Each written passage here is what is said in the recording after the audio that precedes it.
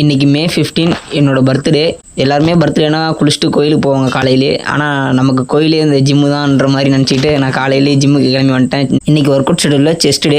செஸ்ட்டுக்கு first வேரியேஷனாக bench ப்ரெஸ்ஸில் ஃப்ளாட்டில் போட்டேன். Next அப்படியே Appar chest target பண்ணுற மாதிரி இன்க்ளைன் போட்டுக்கிட்டேன்.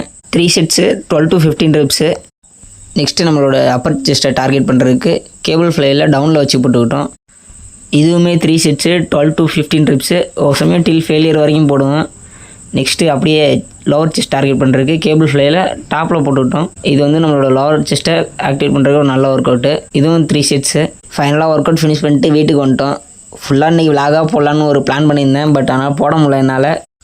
அப்புறம் பசங்களோட கிணத்து குளிக்க வந்துட்டோம். கிணத்து குளிக்க வந்த இடத்துல பக்கத்து காட்டில் மாங்காய் பறிச்சு சாப்பிட்டு ஜாலியாக ஒரு மணி நேரத்துலேருந்து 2 மணி நேரம் வரைக்கும் கிணத்துல நல்லா ஜாலியாக குளிச்சுட்டு ஃபைனலாக வீட்டுக்கு போயிட்டு சாமி கும்பிட்டு அம்மா பிரியாணி செஞ்சு வச்சுருந்தாங்க. சாப்பிட்டு நீ டே ஃபினிஷ் பண்ணிட்டோம்.